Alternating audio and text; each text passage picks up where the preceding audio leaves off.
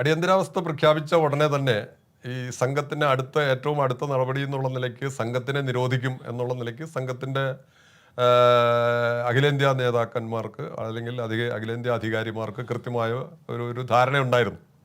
അപ്പോൾ അതുകൊണ്ട് തന്നെ ജൂലൈ മാസം 4-ാം തീയതി, ജൂൺ 25-നാണ് അടിയന്തരാവസ്ഥ പ്രഖ്യാപിച്ചതെങ്കിൽ ജൂലൈ 4-ാം തീയതിയാണ് RSSനെ നിരോധിച്ചത്.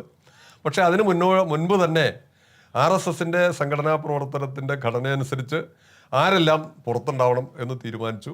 ആരെല്ലാം ജയിലിൽ പോകണം, അറസ്റ്റ് ചെയ്യപ്പെടേണ്ട ആളുകൾ ആരാണ്, പുറത്ത് നിൽക്കേണ്ട ആളുകൾ ആരാണെന്നുള്ളത് തീരുമാനിച്ചു. ഏറെക്കുറെ 2-3 ദിവസത്തിനകം അണ്ടർഗ്രൗണ്ടിൽ പ്രവർത്തിക്കേണ്ട ആളുകൾ ആരാണെന്ന് തീരുമാനിക്കപ്പെട്ടു.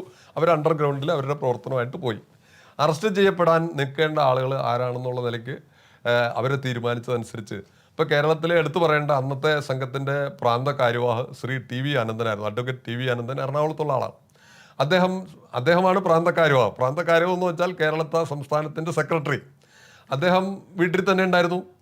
അദ്ദേഹത്തിൻ്റെ വീട്ടിൽ നിന്ന് രാത്രി വെളുപ്പാക്കാലത്ത് പോയിട്ട് അദ്ദേഹത്തിനെ അറസ്റ്റ് ചെയ്തു. അപ്പോൾ അങ്ങനെ അത്തരം ആളുകൾ, അറസ്റ്റ് ചെയ്യപ്പെടേണ്ട ആളുകൾ ആരാണ്, രഹസ്യമായി പ്രവർത്തിക്കേണ്ട ആളുകളാണെന്നാണ് വളരെ കൃത്യമായിട്ടുള്ള നിർണയം ഈ കാര്യത്തിലുണ്ടായിരുന്നു. അതനുസരിച്ച് പ്രവർത്തനങ്ങൾ മുന്നോട്ട് കൊണ്ടുപോയി.